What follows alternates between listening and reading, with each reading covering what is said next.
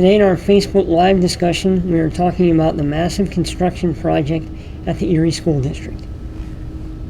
Thanks for joining this week's Go Erie Live discussion. Today, Erie Times-News reporter Ed Palattella and Neal Brokman, Executive Director of Operations for the Erie School District, will be talking about the $80 million construction plan for the district. I am Christopher Millett, Photography Supervisor here at the Times-News, and I'll be moderating your Go Erie Live comments. Thanks to Gannon University for sponsoring these live discussions every week. Enjoy the conversation. Well, once again, I'm here with Neal Brokman, the Executive Director of Operations for the Erie School District. Neal, thanks for joining us. Thanks for having me. This is the first time you've been on one of these discussions. We're glad you're here. You've got a lot going on. Neal is pretty much the right-hand man to the Superintendent of Schools, Brian Polito, when it comes to pretty much non-instructional or those types of issues, and you've been very busy lately. Yes, I have. So, Neal, I thought what we can talk about is where the construction project stands right now. You had a big vote last night with the board had a big vote last night with awarding the bids for turf at the stadium. You can just walk us through where things stand now, what residents of the city can expect to see over the summer in terms of construction, and then talking about the fire at Roosevelt, which I know caused them a little bit of a headache for you, and then we'll talk about the change in the hoodie policy that the board seems to have given the green light to last night. So, Neal, if you can walk us through where the construction is at the moment. Sure. You mentioned it, so I'll start with the turf and Veterans Stadium. So Veterans Stadium is getting a complete overhaul as far as the concrete work, the railings, just overall restoration of the interior and outside facade of the stadium. That is being done by Carl Walker Construction. They're based out of Pittsburgh. They started work on July 3rd, and they are plugging away. Their plan is to get the bottom part of the stadium completely completed so that come the middle of July, the group from Net Sports can come in and replace the turf that is currently there. So that turf is, I think, 12 years old. 12 years old, yes. And so the new one that is coming in, they're slated to start on July 22nd with a completion date. They have to be done by September 13th. And then you explained at the board meeting last night, Neal, in terms of any home games for Erie High sports teams, how are they handling that in that period of time before the 13th of September? Yeah. So we knew that the construction was going to be happening, and so we tried to talk with the athletic directors at Erie High just to make sure that any home games would be pushed to the latter part of the season versus in the beginning of the season. That way, we want the kids to use the field. We didn't want them to have to play home games on Gannon or Mercyhurst or another location. We want them to be able to use it. And so we've been working with them to get it so that they play their away games and then they play their home games. And then this turf, it'll have the logos on it, the new logos. So we'll have a design pretty much identical to what's in the center of the field now, the veterans-oriented design.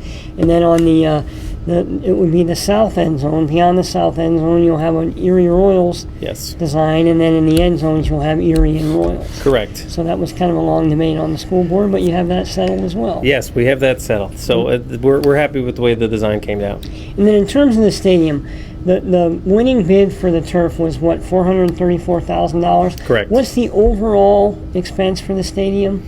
So the overall expense for the stadium actually will wind up coming in at, with the architect fees, is $2.6 million. And then can you explain with the concrete work?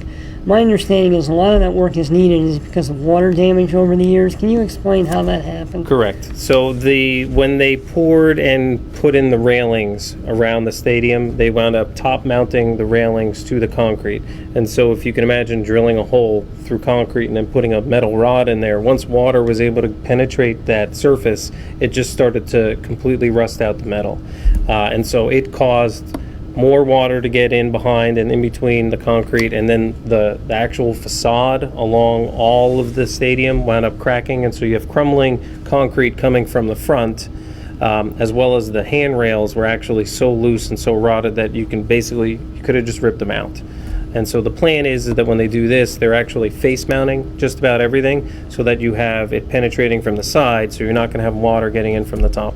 So the big work at the stadium, the turf, and then the the concrete along the perimeter. That's what people will notice. And then the press box, Yes. there's going to be new roof on there, and Yep. then they'll do some sprucing up in the press box, which will probably make our sports riders a little happy. So. And a comment from one viewer, Tammy Withers, is just wondering if local companies, we know that we have a Pittsburgh company doing the concrete work, if local companies were part of the bidding process, or how the bidding process is done to include local companies if possible. Well, so our current policy on bids requires any company that is bidding on any of our jobs to be what is deemed as a responsible contractor, which means that they need to have some form of an apprenticeship program. We do not give any kind of favoritism towards local or out of town. And the way that it works with a governmental agency, when you put something out for bid, you take the low bidder that met all of the requirements of the actual contract. And so if there was a local company that would have met the requirements and came in with the low bid, then they would have been chosen. But in terms of the overall project, I mean, there's quite a number of local companies working Yes. on it. You want to talk about that, some of the other projects, and who's doing them? So there is a number of the other projects that are going on. We have a new roof coming in at Harding. We've got a new roof going in at Wilson. Both of those buildings are also getting repointed.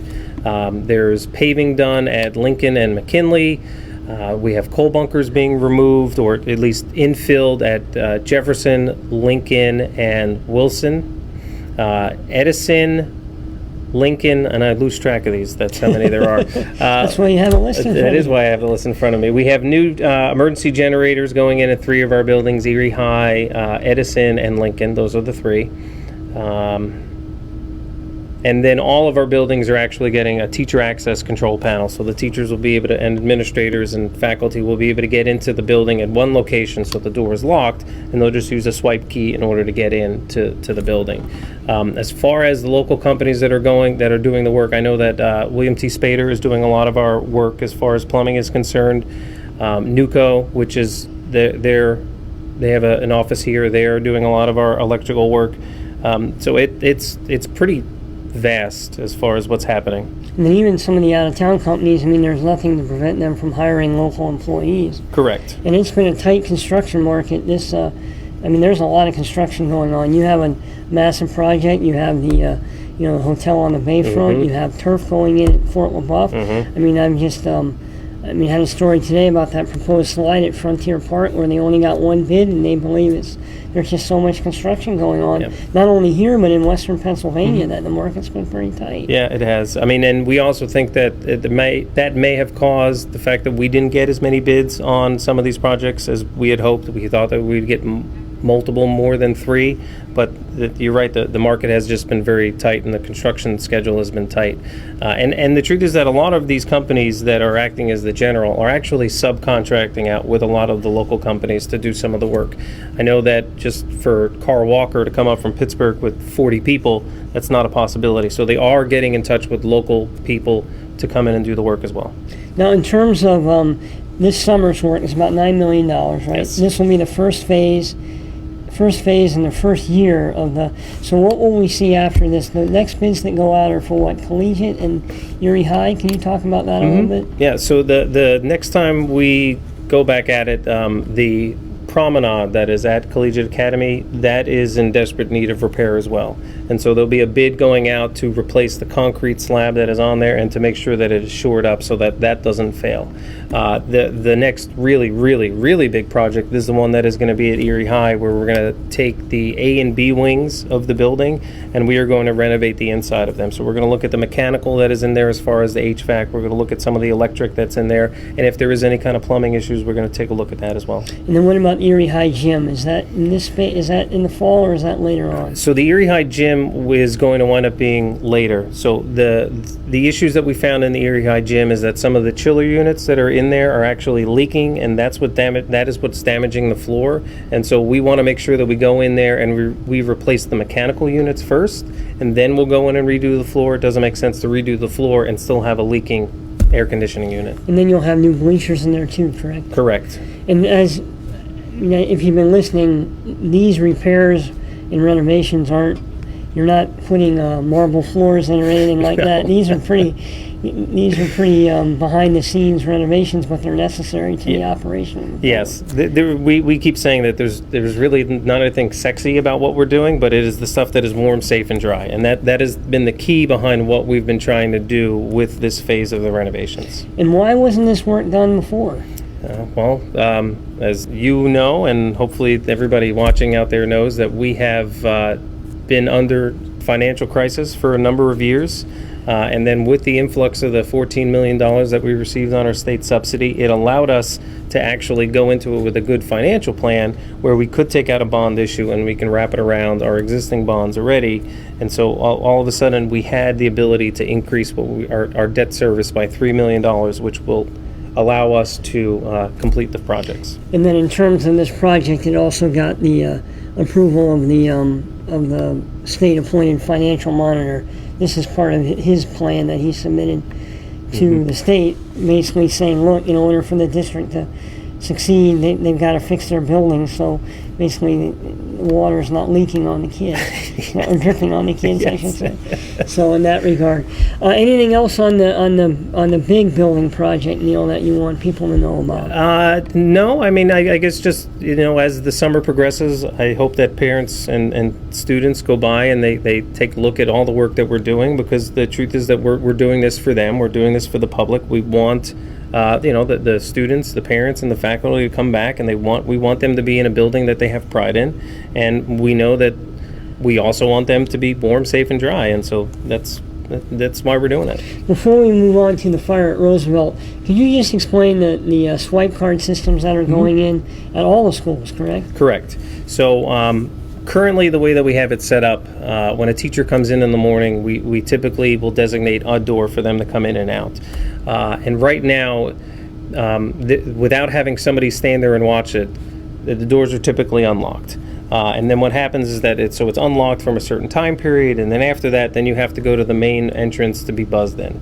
And so we are behind the times when it comes to that. I mean, most buildings where people work have some kind of card swipe system. McDowell Intermediate and High School, I think, have had this system for a decade almost. And so what we're doing is we designated 1 or 2 entrances at each of the buildings, so that when a teacher shows up in the morning, they just take their ID badge, they swipe it on it, and it will magnetically unlock the door so that they can get in. And that'll be at all the schools? That will be at every single school.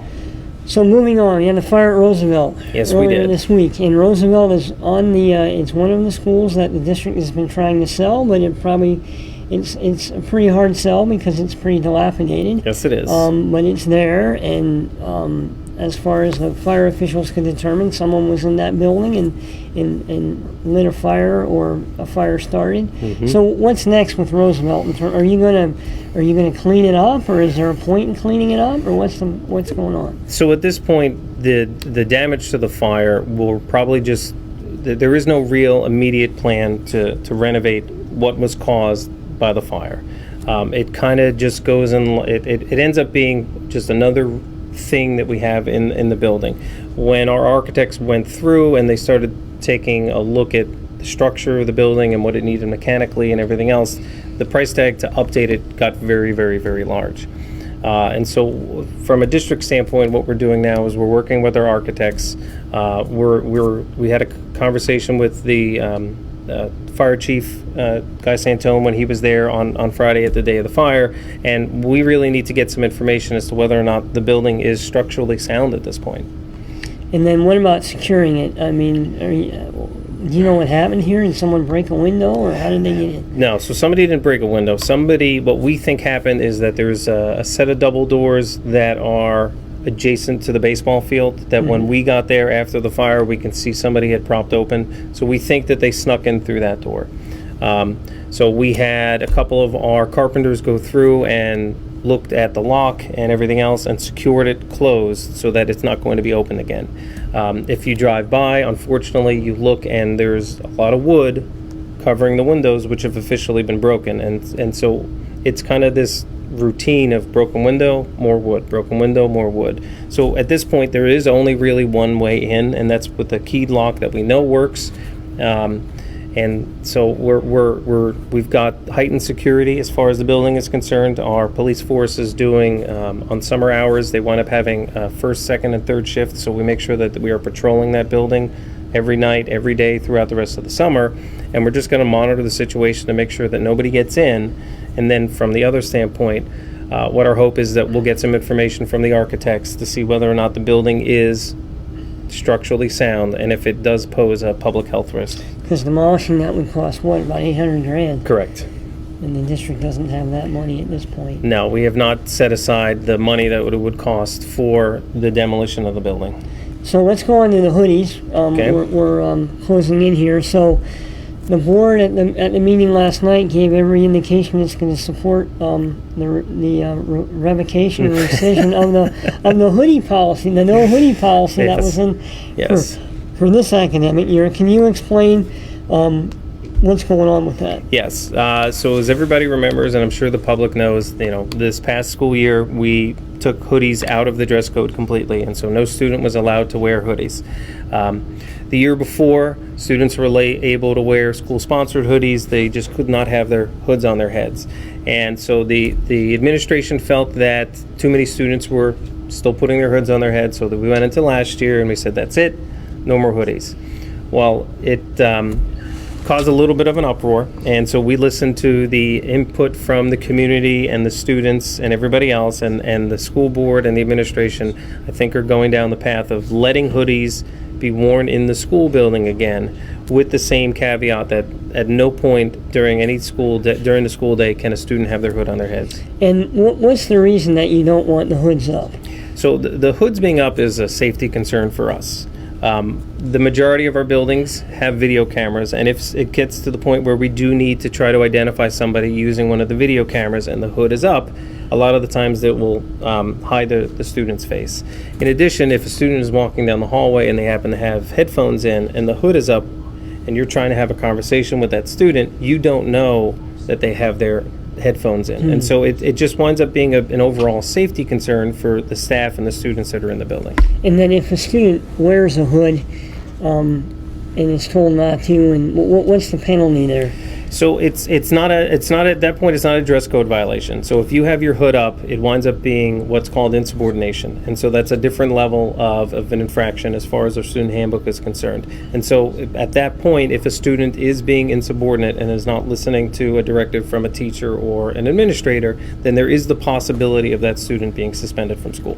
So this was a kind of an example of the district really listening to students and parents and whomever about this policy. Yes. And you're hoping, I imagine, that it'll work out. So that was a big change in the probably the biggest change in the student handbook that you went over. Yes. Last night. So that policy will be the new policy if the board approves it. This coming Wednesday, correct? Correct. Then that would go into effect for the new school year. So one thing that I thought was interesting last night, and I've written about this a little bit, is there was some discussion about a zero tolerance policy for weapons, which we all remember from years ago, zero tolerance. I mean, kids could accidentally bring a screwdriver to school and would be expelled even, but the Erie School District has not had that type of zero tolerance for years. How does it work if a student brings a weapon or a dangerous item to school? So the state law is pretty strict on this as far as what has to happen. So when a student is caught with a weapon, the administration in the building is required to complete the expulsion process. But at that point, there is a line in state law that says the superintendent has the ability to not expel a student for the full calendar year as school code says. So it's up to the administration, this assistant superintendent to really take a look at all the facts and make a determination on the case that's in front of them. And so if a student does bring something in, that doesn't necessarily mean that they're automatically getting expelled for one calendar year or expelled at all, for that matter. I know, because I've been part of some of those conversations. We really try to look at it on a case-by-case basis. And this is separate from cases where there might be where it turns into a criminal case. Correct. Where the weapon is used for a purpose that's not Correct. Allowed in school or certainly out of school. So that was an interesting discussion last night in terms of the zero tolerance policy. So anything else that on the construction or what you can expect with Erie School District coming up in the over the summer? Just a lot of noise around some of the buildings. Yes, there's going to be a whole lot of noise at just about every building. And we hope that, again, when everybody gets back next school year, and it's a reminder to everybody that school doesn't start for students until September 3rd. It's after Labor Day. That's the first time in a while, right? Yes, it is. That when they come back, they will come back to schools that have that just a better look and feel to them, and they'll feel a little bit safer and better about what they are doing. And then just real quick, we're wrapping up here, but the coal bunkers at Lincoln, Jefferson, and Wilson. Yes. Those will be filled in and reinforced so that there's no threat of anyone driving over them and collapsing. That is correct. That was the biggest fear, was that if somebody accidentally drove over it and then all of a sudden the concrete and failed, and now all of a sudden you're underground instead of being above ground. Right. And the district doesn't want that. No. So thank you everyone for being with us. We're here with Neal Brokman, the Executive Director of Operations for the Erie School District, and hope to have you back soon, Neal, to talk about some other changes later this summer. Sounds good. Thanks for being here. Thanks for having me. Thanks to everyone who joined in and participated in this week's Go Erie Live discussion. This video will be available for replay on the Go Erie Facebook page and on the Go Erie homepage. Thanks again to Gannon University for sponsoring the discussion, and to Neal Brokman for joining us today. You can find upcoming topics and guests on the Go Erie Facebook page each week. Thanks for listening.